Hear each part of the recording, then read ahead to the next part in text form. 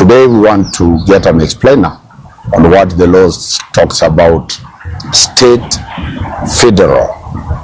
Everybody has seen the military all over.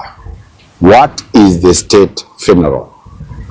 The law on the Retirement of President's Benefits Act, which is Cap 11 of 2012, provides the following. In Section 11, it says, a retired president shall be accorded a state funeral. Then who is a retired president? It is someone who has been elected and served as a head of state of this country. Remember, the vice president and deputy president are not supposed to be given state burial according to the law. But we'll come to explain why Raila Odinga is not a retired president, but he has been given a state funeral. One of the considerations is that 1964, we have had the following state funerals. The first one was in 1978 when Jomo Kenyatta, the late founding father of the nation, was accorded a state funeral. In 2020, retired President Moi was the second one to be accorded a state burial or a state funeral. In 2011, we have Professor Wangari Maathai, the famous environmentalist, was the third person to have been accorded a state funeral. In 2024, we have Kelvin Kiptum. Kelvin Kiptum was the one who was given, this was an athlete. In 2016, we have Mama Lucy Kibaki, the wife of President Kibaki, Mwai Kibaki, who was accorded a state funeral.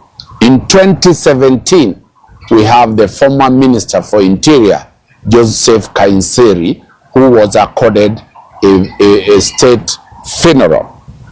In 2024, we have the CDF, Ogola, that is General Francis Ogola, who was accorded a state funeral. In 2022, we have Mwai Kibaki, the President of the Republic of Kenya, who was accorded a state burial. In 2023, we have the widow of Dedan Kimathi, that is Mukami wa Kimathi, was accorded a state funeral in 2023. In 2003, we have Kijana Wamalwa, who was then a vice president of Mwai Kibaki. In 2003, he died and he was accorded a state funeral. Lastly, in 2025, that's tomorrow, Raila Odinga will be the last person since independence to have had a state burial. What entails a state burial?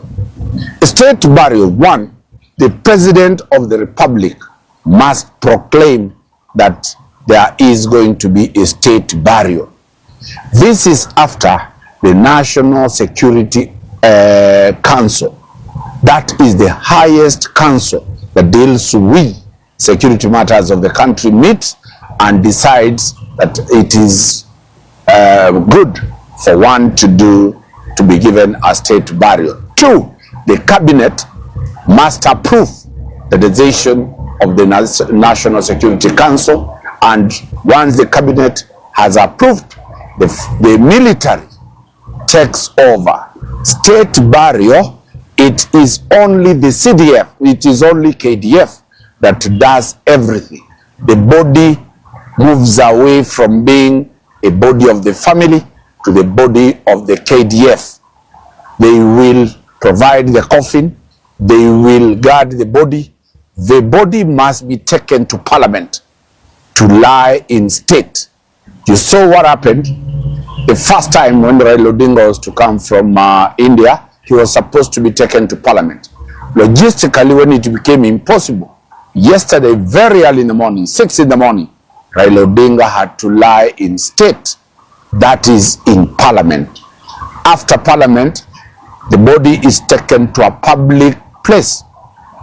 That is where the body had to be taken to Nyayo National Stadium for official, the army to provide the final rituals of the body. But lastly, the body will be taken where it is going to be buried.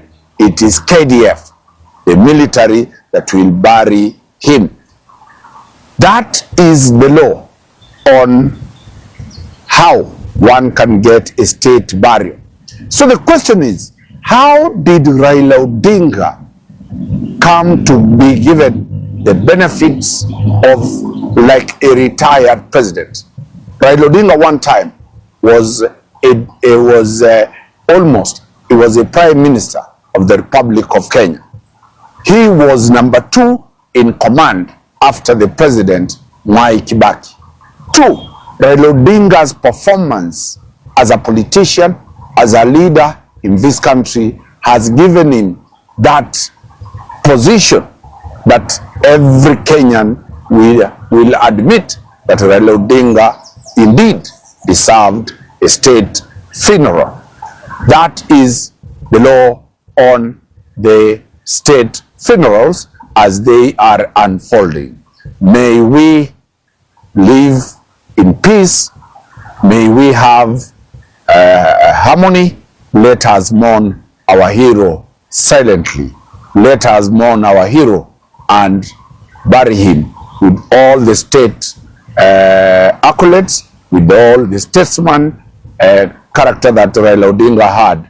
From Court Helicopter News, we shall be live from Bondo, bringing it live as Raila Odinga is being interred. Thank you very much. This is Legrand from Simple Generations.